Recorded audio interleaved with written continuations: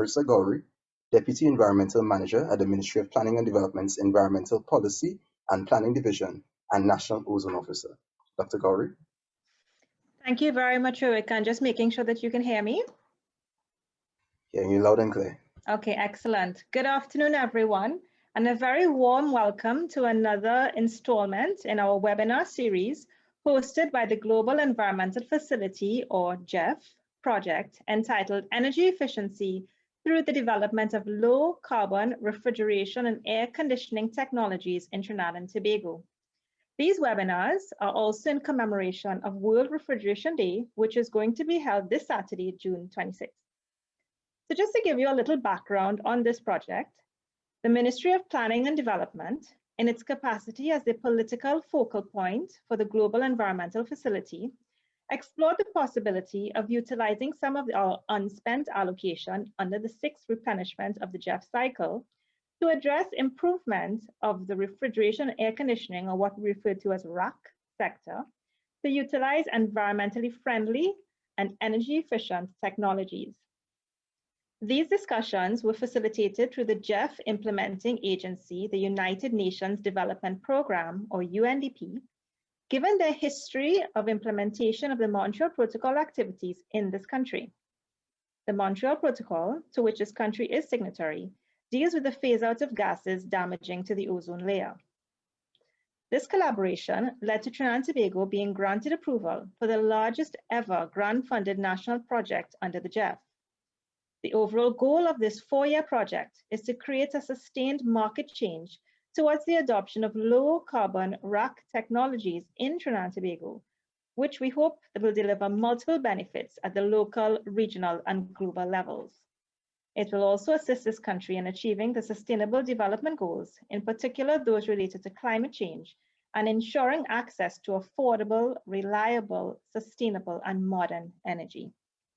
You can find out more about this project on the social media platforms, Instagram and Facebook, using the handle Energy Efficiency in RAC Project, or by searching the National Ozone Unit's blog site, and you may search Trinidad and Tobago National Ozone Unit. So once again, welcome to today's session and thank you for joining us. And I now pass you to Ms. Janelle Huggins, who is attached to the Project Management Unit. Janelle, you have the floor. Good afternoon, everyone. Welcome to the Sustainable Cooling and Energy Efficiency for Homeowners webinar. I'm Janelle Huggins.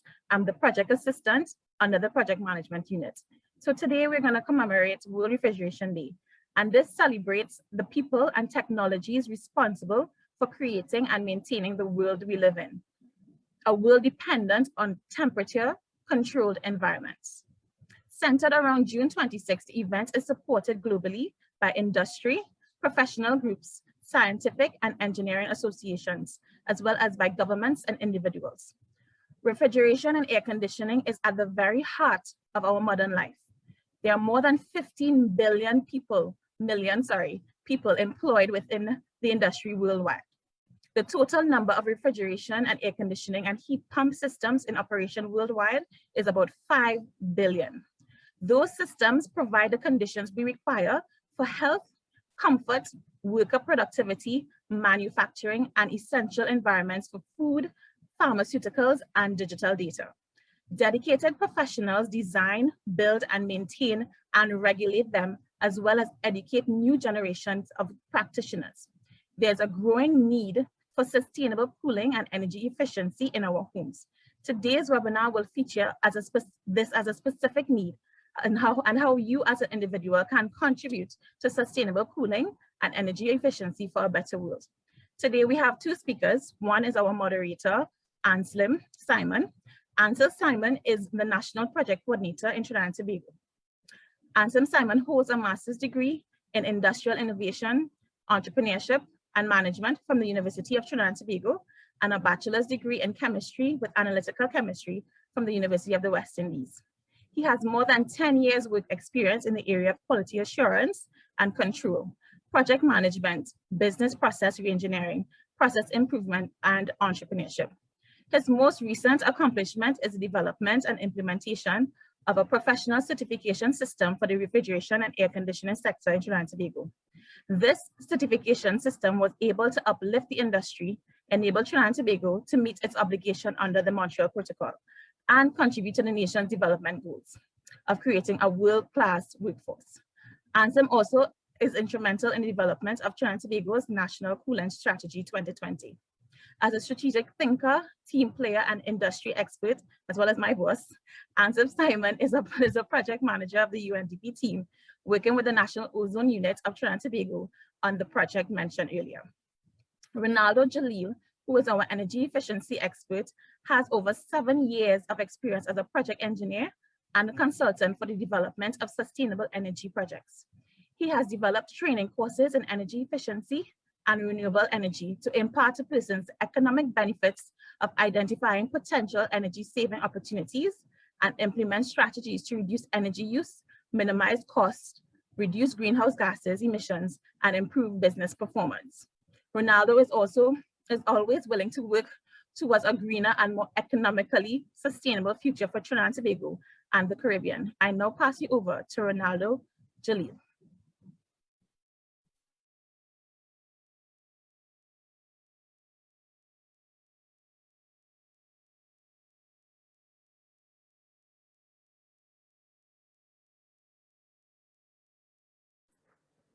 Hey, can you hear me?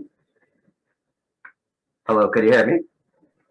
Yes, Ronaldo, we are hearing you loud and clear. Okay. Thank you for coming, everybody. My name is Ronaldo Jalil. To commemorate World Refrigeration Day, as well as reflect on these pandemic times we're facing. Most of us would find ourselves at home these days more often, whether you're working from home or because of the curfews and lockdowns. I mean, who hasn't seen, since last year, who hasn't seen an increase in their electricity bill, right? So this webinar today is about giving you some ideas on how you could help to reduce your energy use in your home, with some emphasis on air conditioning and refrigerators, which are some of the largest energy uses in your home. So to start off, what is energy? Energy is the foundation of everything we do: transportation, air conditioning, lights, entertainment. I mean, we can't go about our daily lives without energy. And energy efficiency is needed for us to be able to use less energy and use it more wisely. All right. So to give you some examples of how we really take energy for granted, these are some examples. So what is wrong here? These are some examples of how energy is wasted on a daily basis. Like in here, you notice that this is during the day, right? Yet these corridor lights are still on, and there's no need for that. Here, air conditioning unit is on, but you notice that there are openings in the walls here for the cold air to escape and hot air to come in. Here, these are ducting systems for the air conditioning units, and you can see the spaces here, right? They haven't been maintained properly, and cold air is escaping.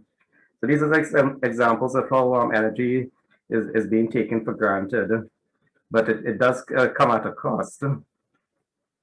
So to begin with, in your homes, to know exactly how much electricity you're using with all your different appliances, it's a very simple calculation. You multiply the electrical power rating of whichever appliance you're looking at.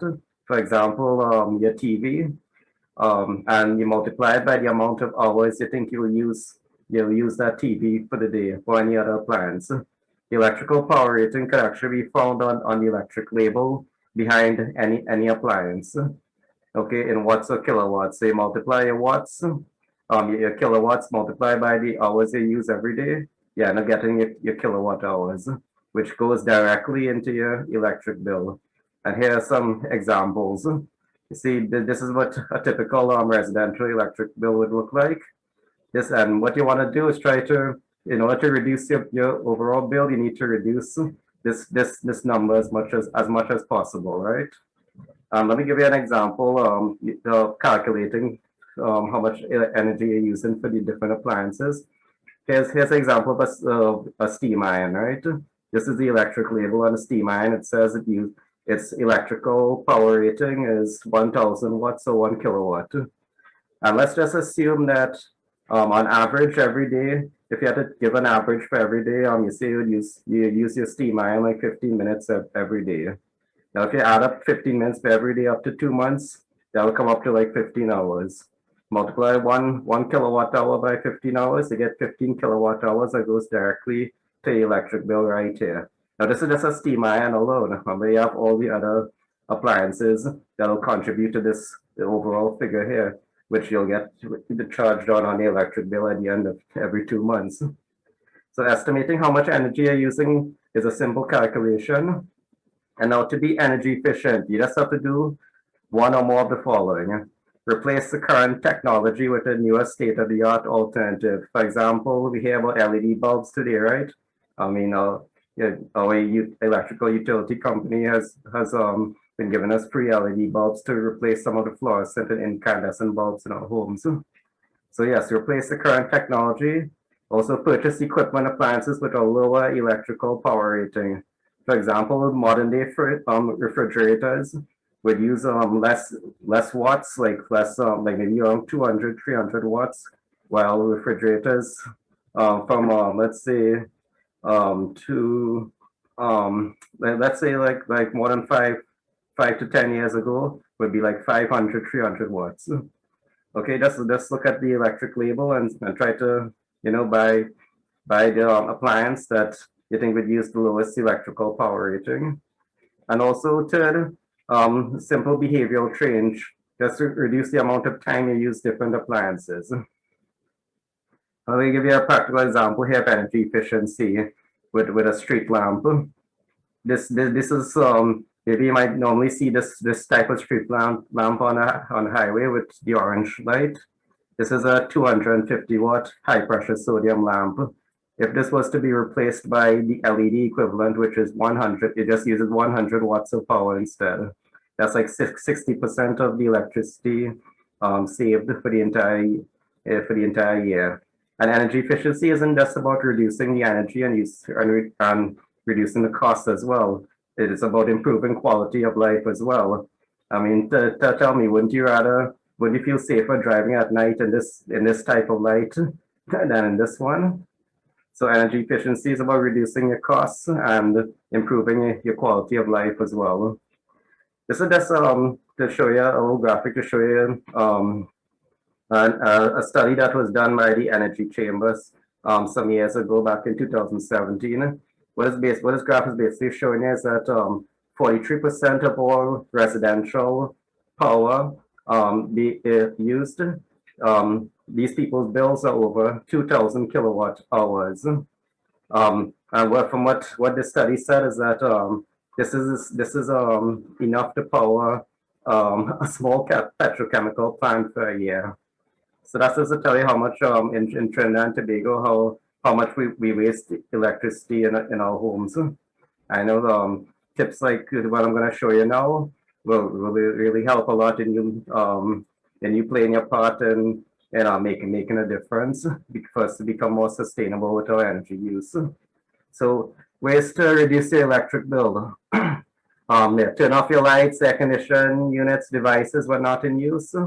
I mean, that's a simple behavioral change. You could upgrade to LED lighting, which government and electric company is pushing for these days. Purchase Energy Star rated appliances like washers and dryers and things like that. And you sometimes you might on certain appliance in the stores you might see the Energy Star label. Use a power strip as a central turn-off point, right? Some appliances like TVs and things, even though you have them off, as long as they remain plugged in, they still consume a little bit of electricity. That's called vampire load. So, but constantly plugging in and unplugging things is really too tedious. That's why they have the power strip instead, where you plug all your appliances in this one power strip, and then if you want to cut off the electricity completely, you just flip a little switch on a power strip, and that's a lot more convenient having to unplug everything. Next, ensure your home is well insulated and shaded. I'll get more into that later. Use a ceiling fans or standing fans with air conditioning. You know, you don't need to have your air conditioner on at the lowest set or on the lowest setting like 16 degrees Celsius. Something that's absolutely unnecessary. You can have your air conditioning unit set to like 25 degrees, and if you have a fan like a ceiling fan or a standing fan on as well, it can help circulate the air better in your household, and if you cooler a lot faster, and you don't need to have your air conditioner running at its maximum. For water heaters, you know, try the solar water heaters. I mean, I think you get tax incentives and things for that. And last but not least, manage the use of your appliances used for heating. All right, because these have the highest electrical power rating. Think about it. Imagine this: your little kettle that you use to boil water with uses 1,000 watts of electricity, whereas your TV, smart TVs these days only use like 100 watts. But your TV is not used for heating; it's your kettle is used for heating. Similar, your dryer, your microwave, your oven. These appliances, even your old steam iron, any appliance that is used for heating, manage how you use it. For example, in your dryer, always try to dry full loads of clothes. Don't use your dryer just to dry a few items or half load or anything like that. Always do a full load. You know, iron a full set of clothes instead of one piece, two pieces every day or so.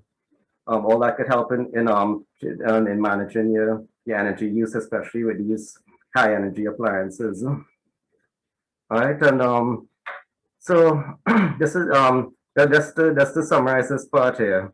This was a pamphlet that some of y'all might have gotten when you got your electrical bill posted to you.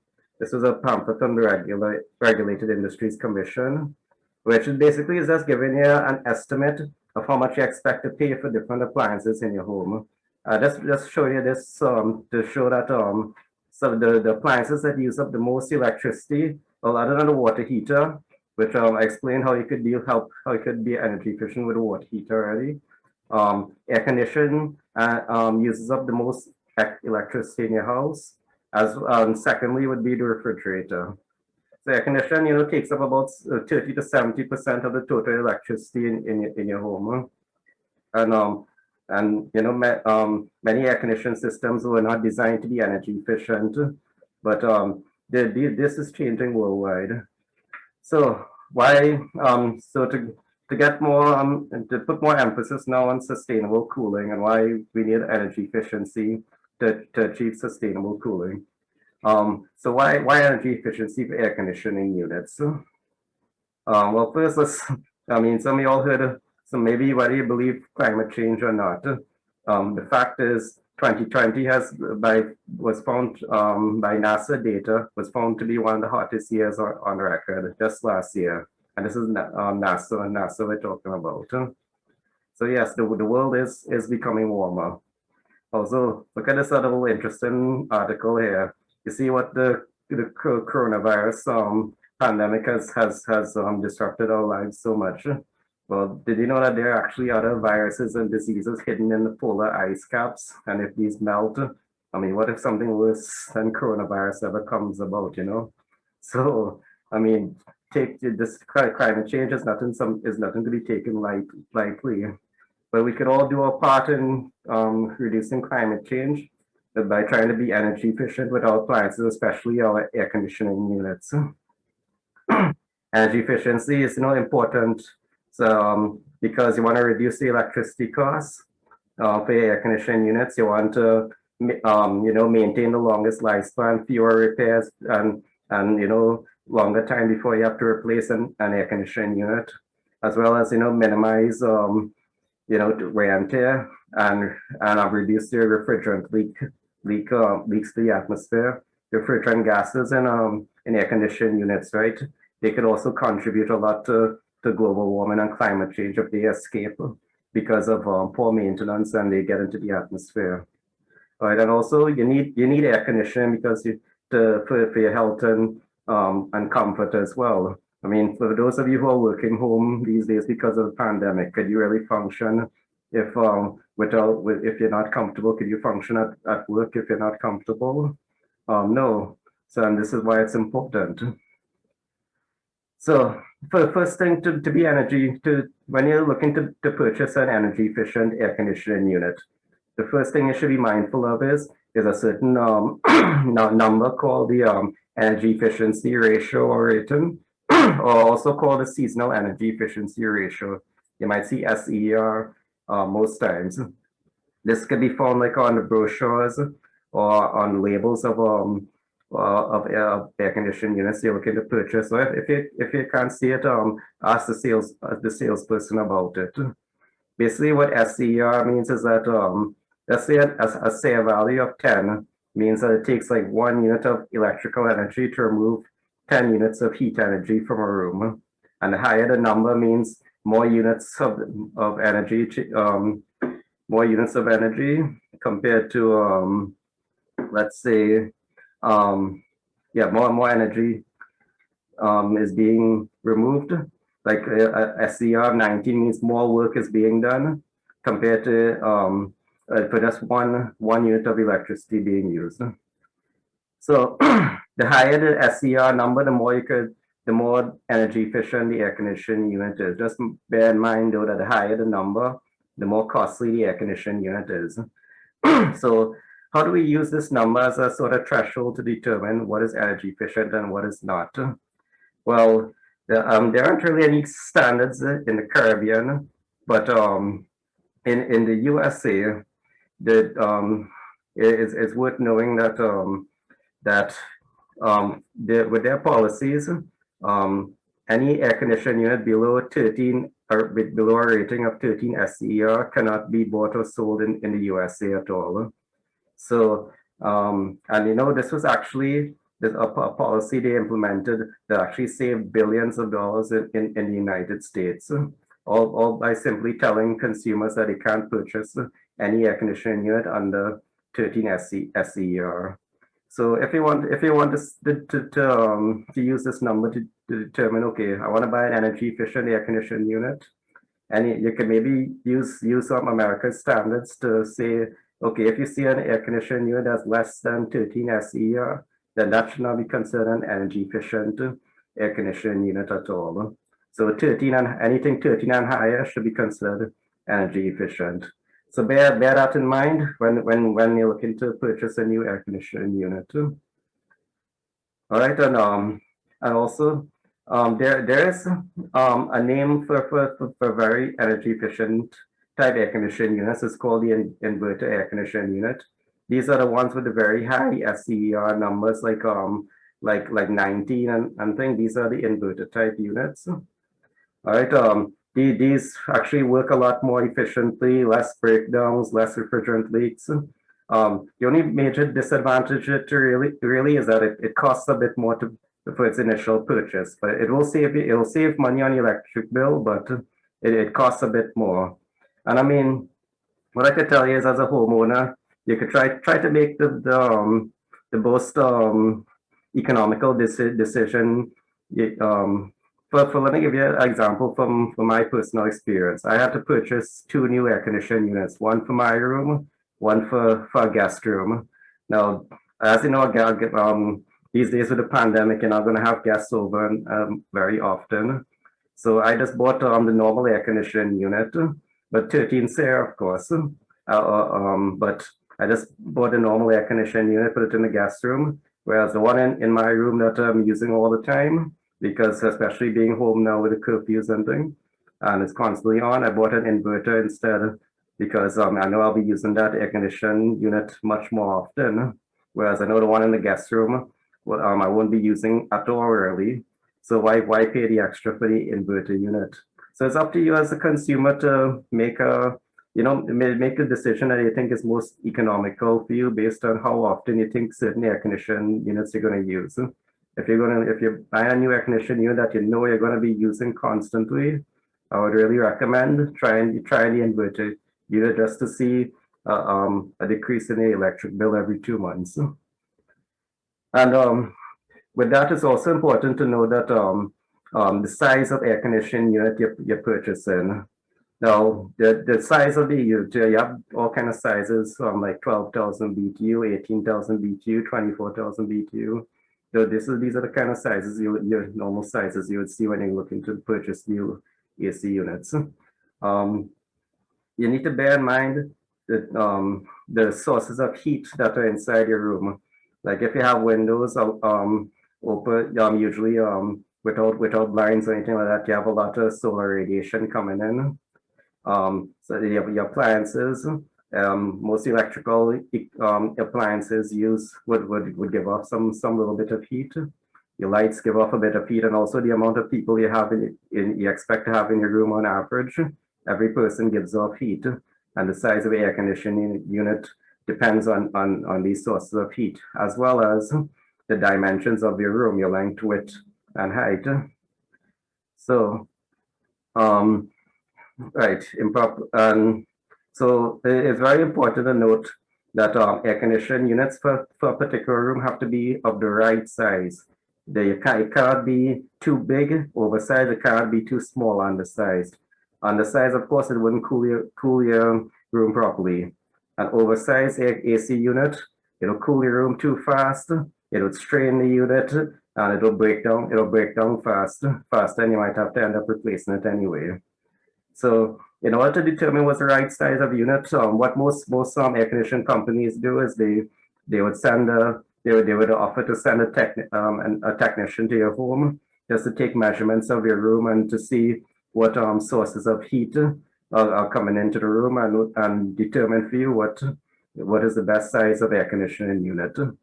And you'll be surprised a lot of times, yeah, people have undersized or oversized units in their home. So it's it's really up to you to find out what is the right size of unit. The bigger, just remember, bigger is not always better when it comes to air conditioning. All right, and I've been talking a lot about the active side of being energy efficient with regards to the air conditioning unit, but there is a passive side as well, which is your home itself, the building itself. When I say the walls, the ceiling, the doors. Now, I mean, where does heat come from, right? Heat comes from the sun penetrating through your walls and your roof and your doors. And coming into your home, and you need air conditioning in order to remove that heat. So, but I mean, if you could do things with your building to help reduce that heat transfer from the outside into your home, that can make a huge difference when it comes to the size of air conditioning unit or the amount of air conditioning you really need. So, like insulating your walls, like they're cheap materials and things like plywood and gypsum board and thing you could use to line your walls with to help reduce some heat transfer. If you have for a door, if you have a metal door, I definitely recommend you change that metal door to a wooden door because no metal absorbs more heat. When you roof something, light colors for your roofing tiles and roofing paint, I think it could go a long way with helping to reflect more heat rather than absorb. Remember, darker colors absorb more heat. Try to see if you can locate your air conditioning units. Let's say in areas of your home that are shaded and thing by trees, vegetation. And the main important thing is air infiltration. Any openings in your home, any holes or cracks in the wall or anything like that, make sure they're sealed and have all windows closed and thing. Oftentimes I see in a lot of people's homes is that right in that space between your ceiling and your walls. I mean, yeah, there's an open space there between the roof and your walls. You have to make sure that all openings are sealed up, so there's not too much hot air coming from the outside into your home. All right. And then air conditioning servicing. I mean, the thing is, even if you have a very energy efficient air conditioning unit installed, it'll not operate. You'll not see its potential unless you install it onto a service properly, right? Right. For example, if the coils in the air conditioning unit are dirty or clogged up or whatever, they won't be able to absorb much heat, and they need, they need cleaning. So air conditioning units should, they say it should be serviced like every 3 months or so. Some people do like between 3 to 6 months. The reason why I say 3 months mainly is because the warranty on most air conditioning units you buy, they come with a condition that in order for the warranty to be honored, you have to prove that you've been servicing your air conditioning unit every 3 months. But I gotta say service it as much as often, at least within 3 to 6 months. Try to service it often. Remember, you want to try and repair all refrigerant leaks. Your air conditioning unit is not supposed to leak refrigerant at all. Yeah, that means something seriously is wrong. So if you have to top up refrigerant, then there's something wrong, and your air conditioning unit definitely needs to be repaired. Consider choosing replacement over repair sometimes. Remember, old time air conditioning units like 10 years ago and things were very inefficient. They would have low SER numbers. And then last but not least, your air conditioning technician. Ask them while you're getting air conditioning units serviced. Ask them to help you learn some of the energy efficient features. These modern day air conditioning units now, they come with a lot of nice features to save energy, like sleep mode, econo mode, whatever. What you could do is either try to find your manual and read up the manual and see how to use these features. Either that, or you could ask your air conditioning technician to see if they could help you make sense of some of the features, because you might have energy saving features on the air conditioning unit and you don't even know about it. All right, and also you could check on the National Ozone Unit's website. You'll see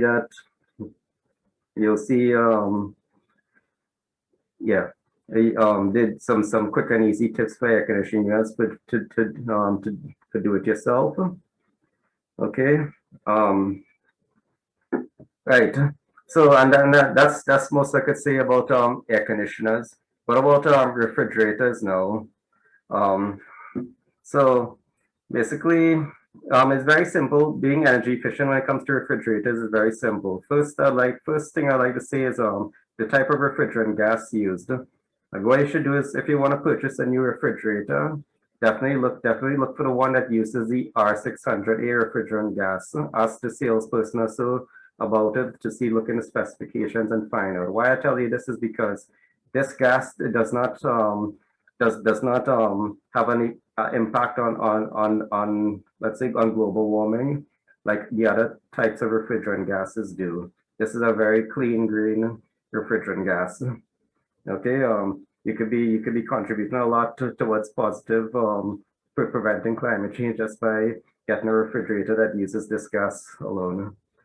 The other thing when it comes to actual electricity use of your refrigerator, no. Consider your family's needs, right, and choose the right size or volume of your refrigerator to purchase.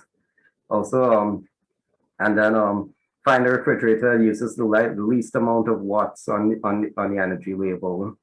Also consider purchasing any Energy Star certified refrigerators.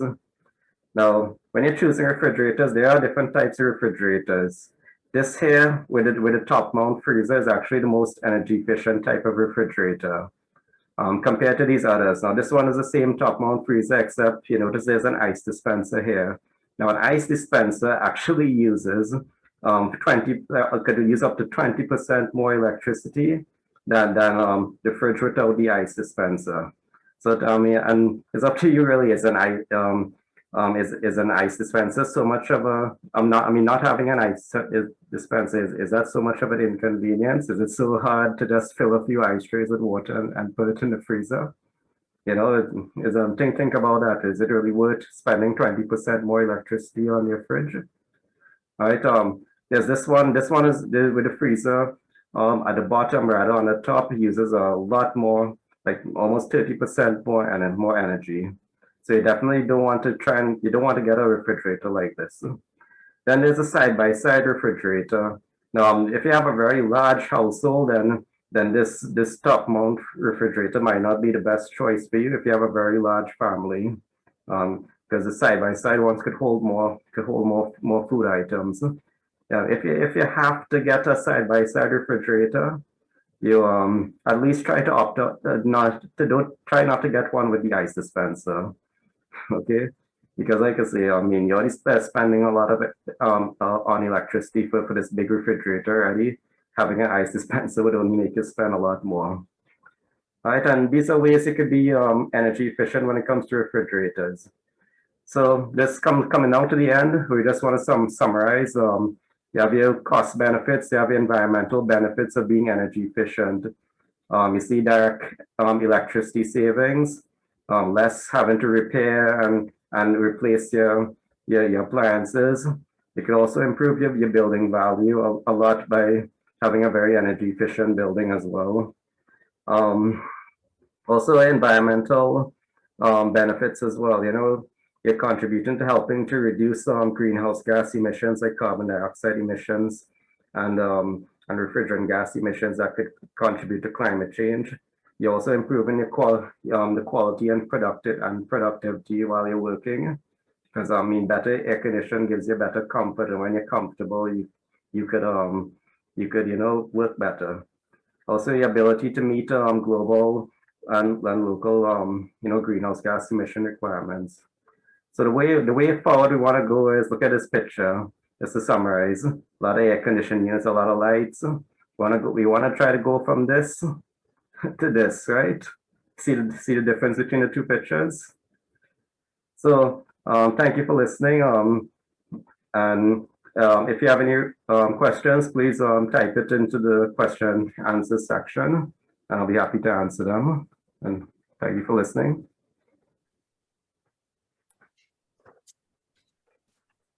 All right, thank you very much, Mohammed Jalil, for the very insightful presentation on sustainable cooling and energy efficiency in the household. You know, you covered items like identifying the consumption of your appliances based on the label. Thank you for the demonstration of the calculations. You also identified ways to generally reduce your electricity bills by touching on the usage of lights, AC units, and other appliances. What I really found noteworthy is the recommendation of the use of the power strip as a central turn-off point, right? This is the first time I heard the term vampire consumption. You know, even though your appliance is off, once it's still plugged into an outlet, it still utilizes a certain amount of electricity or energy. You also touched on the usage of ceiling fans in tandem with the AC units, and also identified different energy efficiency ratios that are utilized within the states, and moved on to touch on refrigerators and the type of refrigerators that are more efficient versus others, and the respective energy consumption. So thank you very much for the very insightful presentation. Right, I'm Anselm Simon, the project manager for the project energy efficiency through low carbon technologies in the RSC sector. And we move on now to the question and answer session. Thus far, we have 2 questions, or more coming in. So the first question to you, Mohammed, would be, you mentioned that we can save energy by using a fan with an AC unit. Could you explain how? Yes, can you hear me? Yes, you can. Yes. No, it's very simple.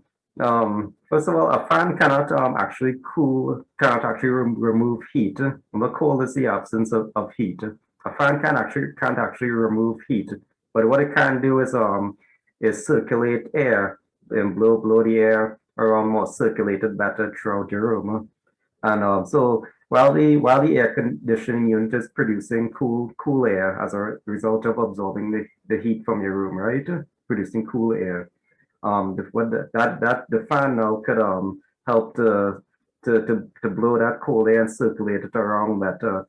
And I can tell you that that's what makes it a huge difference between setting your air conditioning unit to 16 degrees Celsius and setting it to 25 degrees Celsius instead. Okay, just by circulating the cool air better. That's what the fans could help you do. Mm-hmm. Okay, thank you. So essentially, you're reducing the load on the AC unit and Yeah. using the fan to circulate the air. Yeah. Okay, that's an interesting concept. The other question that we have is, what is the difference between the SEER and the EER, and are both applicable to Trinidad and Tobago? Since you would have mentioned that these are ratios that are utilized in the States, seeing that the United States has 4 seasons and the Caribbean region has 2. Yes, this is something I've been trying to address for years. The energy efficiency ratio, the EER, right, is a design metric calculated by the manufacturing company of the air conditioning unit itself to tell you how energy efficient it is under certain test conditions. So no matter where you are in the world, the EER never changes. And that's the actual true energy efficiency rating. Now, the seasonal energy efficiency ratio was developed for like temperate countries, not really tropical countries like ours, but temperate countries that have 4 seasons, like the USA, Europe, and all that, right? Now, yeah, as your question, should we be using SEER? I would tell you definitely no. However, a lot of companies, when they're a lot of air conditioning companies, especially like say the sales people and things like that, they tend to use SEER because I mean that's what they're used to hearing about. I mean a lot of our products also come from the States and other temperate countries and things like in Asia, China, and things like that. And yeah, we get used to seeing SEER a lot, and that's why we tend to talk about it rather than the actual EER, which is more applicable to tropical countries like ours. But really, there isn't any big difference when I say you just have to know that the higher the number, the energy efficiency rating, whether it's the SEER or the EER, just the higher the number, the more energy efficient your air conditioning unit is. All right. There's no big significant difference between them really. Right. Like I said, we don't need to use the seat. I mean, we're not supposed to, in our tropical region, we're not supposed to use the seasonal energy efficiency ratio. But I mean, that's what the industry is used to using, especially in regard to sales of air conditioning units. That's what they learn from the manufacturing companies in the larger countries. So I mean, I just go with it, I hope that helps. Okay, thank you very much for your input. Yeah. One of the other questions we have is there a measure or rule of thumb as to when it may be more useful to purchase an inverter rather than a traditional AC? No, there's really no rule of thumb or anything with that. I mean, in any other, if you go to any other Caribbean country, you would see a lot more people buying inverter units. Why? Because their cost of electricity is a lot higher than Trinidad and Tobago's. I mean, just like our neighbor Grenada, just above us, just to the north of us. I mean, their cost of electricity is like 8 times higher than ours. So a person would benefit a lot from having an inverter type air conditioning unit. But so here in Trinidad, I mean, the cost is a bit higher for an inverter, yes, and you might not see as much energy savings because of our low electricity rates. But remember, energy savings is just one aspect to look at. Remember, you also these inverter type units can operate a lot more efficiently. The traditional ones have start-stop cycles and things. It's not like that with the inverter. And the other type, the inverters could electronically vary this speed now to match how hot or cold the room is and how much cooling it needs. So I mean there's benefits, when it comes to like maintenance and repairs, when I say an inverter might last you longer than a normal air conditioning unit. It might also need less repairs and less fixes like refrigerant leaks and things like that. So you should take into account that. But remember, it's up to you to make your own informed economical decision. Remember the example I gave you with my own personal experience. I needed to buy 2 air conditioning units for two different types of rooms. In my personal room, where I'm always on the computer, I'm always for work or whatever.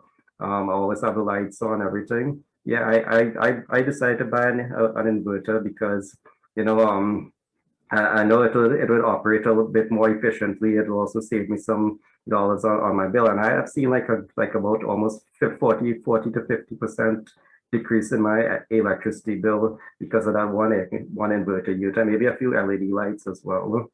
But like I say, in the guest room, I bought a normal air conditioning unit for that one, the traditional non-inverter type, because that's an air conditioning unit I don't expect to use very much at all. So it's up to you to make the best decision you think. But I'll try to recommend it, especially with being home these days more often with the curfews or working from home or whatever. I'd recommend trying to get an inverter unit. You could see some benefits in that. Not just with reduction in electricity bill, but also with repairs and hopefully you don't have to replace too soon. And you know, it could last for a good amount of years. Okay. I hope that helps. Thank you very much. So I'm seeing a question coming in related to our 290 refrigerant related units. But before we go into that, one last question with respect to the inverters, just as a ballpark, or from experience, what would you say might be the payoff period for somebody invested in an inverter unit? How long would it take to pay back for itself? I mean, that definitely depends on the amount of electricity you're using. I mean, if you have a small home, I mean, if it's only you alone who needs air conditioning, you're just one person living by yourself, having an air conditioning unit, the payback period might be a bit high for the difference in price between the inverter and the non-inverter. But I mean, if you have a big household, many different air conditioning units, and a lot of people using electricity, and you end up having a very high bill at the end of the day. I mean, you know, you might see more of a reduction as well, and also like I said before, don't just think of it in terms of electricity savings and how much that will pay back. Think about the other aspects as well, like ease of servicing and maintenance, and hopefully it doesn't break down too much that you need to replace it too sooner than you think. Okay. Yeah. Thank you very much. So we go into the other question, and this question I'd pass to Dr. Marissa Gori of the National Ozone Unit. Are there any companies supplying our 290 AC units in the country? Okay, so are you hearing me, Anselm? Yes, I am. Okay, great. Thank you very much for giving me the floor. And thank you also for that question. So hydrocarbon technologies is something that as a country, we have been aggressively trying to get onto the market. It is, of course, technology that will greatly, apart from the whole energy efficiency aspect, it will help us to achieve our goals under the Montreal Protocol in terms of phasing out the refrigerant gases that are damaging to the ozone layer. Hydrocarbon gas obviously being ozone friendly as well as climate friendly. So certainly this is technology that we have been trying to encourage. Ronaldo would have mentioned in his presentation that some of the refrigerators use R600A, which is a hydrocarbon, and that technology has been on the market since around 2013, and we have found a very positive feedback. With respect to the R290 units, the challenge with these particular units over the years is that the companies that manufacture these units globally, and of course, Trinidad and Tobago is a technology taker. So these companies abroad, they manufacture it for an electrical cycle that we do not use in Trinidad. So they use the 50 Hertz cycle, and we don't use that here, we use the 60 Hertz. so that you would find that our sister and brother countries up the islands, they use the R290 units because they do operate on that cycle. We have been trying to get stuff in here on that cycle, but again, the challenge is in terms of manufacture. We did bring in some units for training purposes for our technicians. So we have done training over the years. Very, very recently, within the last couple of months, we've been made aware that the companies abroad have been, in fact, starting to manufacture the R290 units that are compatible with our electrical cycle in Trinidad. So we are working very hard to get these units into the country. And it is my hope as a National Ozone Officer that we can have this type of technology promoted and mainstreamed. The phasing out of the HFC or hydrofluorocarbons, we will start that as a country in about 3 years from now, so that we really want to ensure that we have alternative technologies that we can encourage. So I hope that gives some answer. So the short answer is that at the moment, we don't have the R290 units just yet on the market, but we are working very hard to get it into the country. Thank you, Dr. Gori. So another question we have here, what are we doing to educate the various appliance suppliers? Hence, they will not import such appliances, for example, refrigerators. That's a very good question at this juncture. I'll take the question. One aspect of the chair-funded project energy efficiency through low carbon technologies in the RSE sector is to, one, develop minimum energy performance standards supported by a standards and labeling regime, right, with the assistance of the Trinidad and Tobago Bureau of Standards from one standpoint, right, to establish a standard for these types of equipment, refrigeration and air conditioning equipment. And then through component 3 of this project, we'd also be doing sensitization of not only you, the consumers, but also importers, policymakers, and general buyers, so that they would transition towards the utilization of these types of equipment in the RSE sector, right? So this session actually forms one part of the sensitization, and as we roll out and develop the different standards, we'd also have follow-up sessions at all levels of society within Trinidad and Tobago. Another question to you, Mohammed, is can you elaborate more on passive cooling techniques? Yes, so passive, when I say passive cooling, well, first think about it. Where does the heat in your home come from? I mean, yes, you have heat from yourself, from your appliances, but that's just little sources of heat. Majority of heat would come from outside your house, from the sun itself. Think about it this way, right? If you have curtains on your windows and you decide to open the curtains and let the sunlight shine through, right? When the room gets a little hotter, that's because you're letting solar radiation directly in through the glass of your window. And just by closing the blinds again, you'll feel it get a little cooler. So I mean, basically, when you talk about passive cooling, what we're talking about is trying to reduce as much heat from the outside as possible from transferring from the outside into the inside of your home. And when I say transferring, I mean absorbing through your ceiling, through your walls, through the window, and through the doors and everything. So I mean, like I mentioned before with the doors, if you have a metal door, yes, you're gonna see the reason I tell you to change to a wooden door is because a lot of heat would transfer through that metal door, right into your home itself. And that's more work for your air conditioning unit to do to try and remove that heat. So that's what we mean by passive, really. Doing things with the building, with your home, like the walls, the ceiling, the doors, the windows itself, to help reduce that heat transfer from the outside. And then thereby giving your air conditioning unit less work to do. Okay. Okay, thank you. So you're reducing the amount of heat being let in. Yeah. That's what really reduce the load on the AC unit. Yeah. Extension, reduce the energy requirements. Yeah, so that's what I mean by passive. There's a passive side, the energy efficiency, and the active side, the energy efficiency. And that's what I mean by the passive side. Okay, excellent.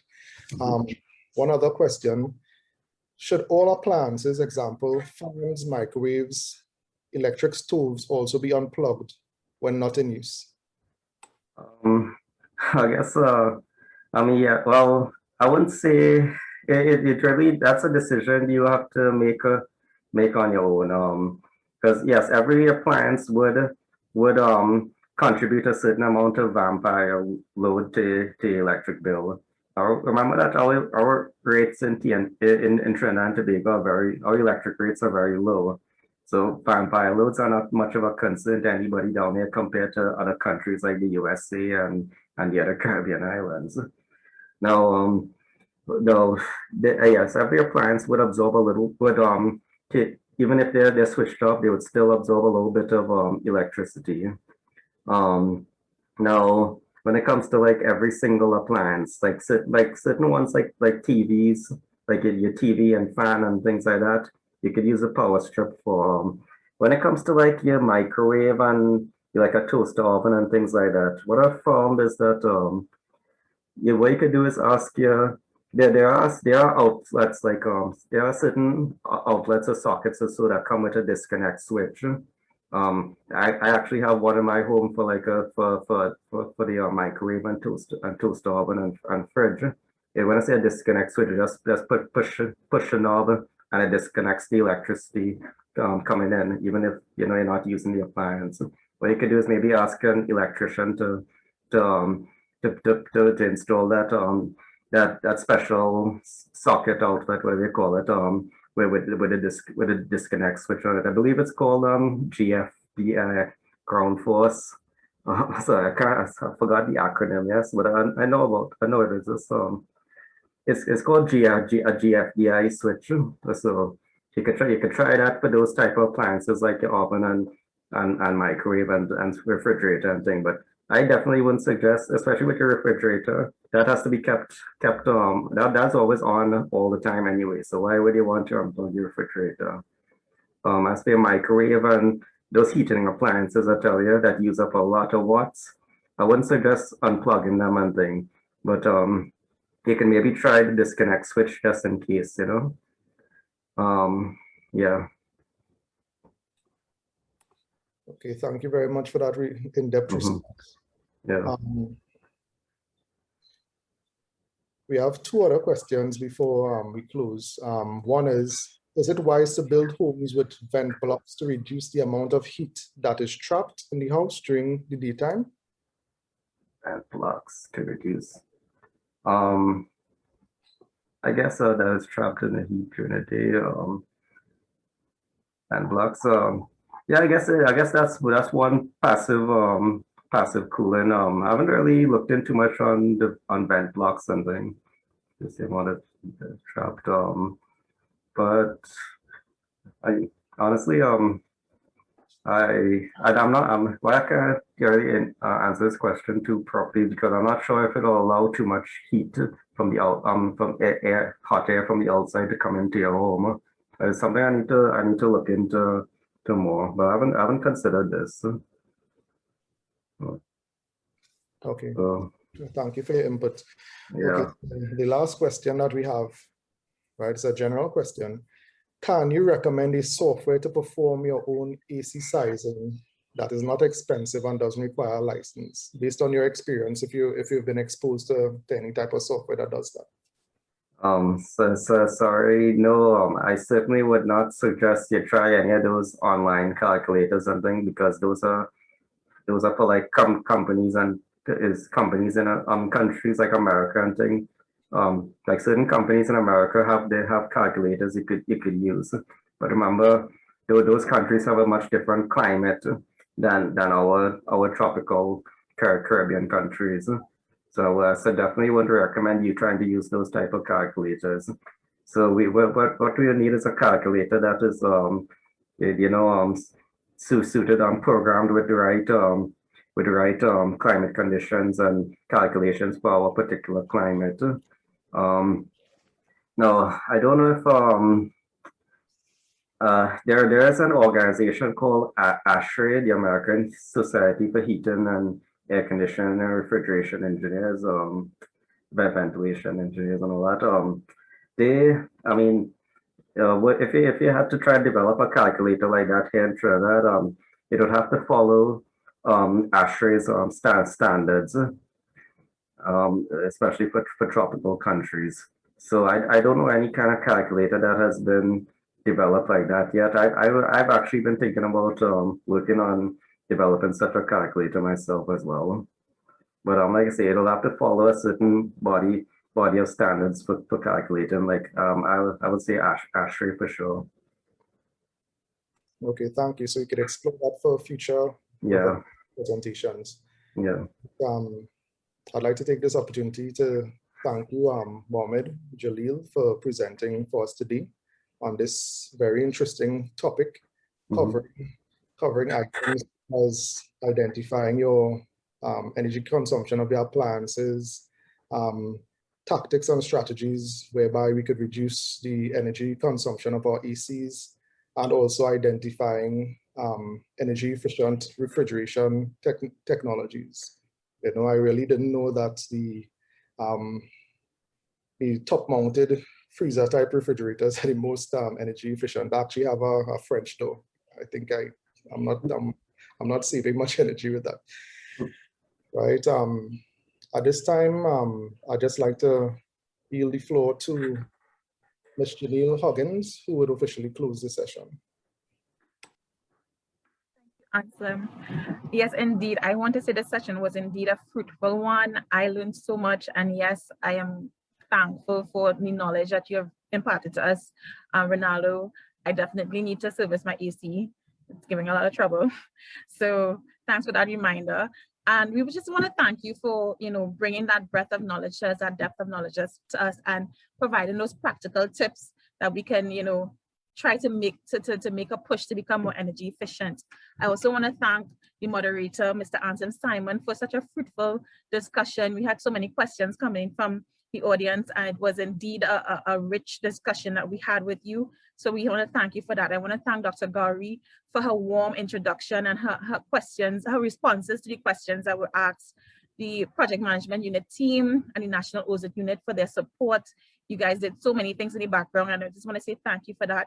Our stakeholders, the JEF, the UNDP, National Ozone Unit, we all want to thank you guys, and everyone associated with this project. We want to say thank you. And finally, to you, the listening public, we had so many people on the webinar today. We just want to say thank you for joining us. We hope to see you in the other one that's coming soon. It's on the 29th of June at 1 p.m. Our title is Sustainable Cooling for the Post-Pandemic Digital World. Ronaldo touched a little bit on it, and we're going to have a wonderful discussion. It's going to be at 1 p.m. on the 29th of June. So if you would like to connect with us, if you find this topic really interesting, you want to find out more about our project and how it's progressing as we go on, we would encourage you to follow, like, or subscribe to our Facebook page, our Instagram handles, and our YouTube page at the Energy Efficiency and RAC Project. So once again, we thank you. Have a good day. Blessings. Bye-bye.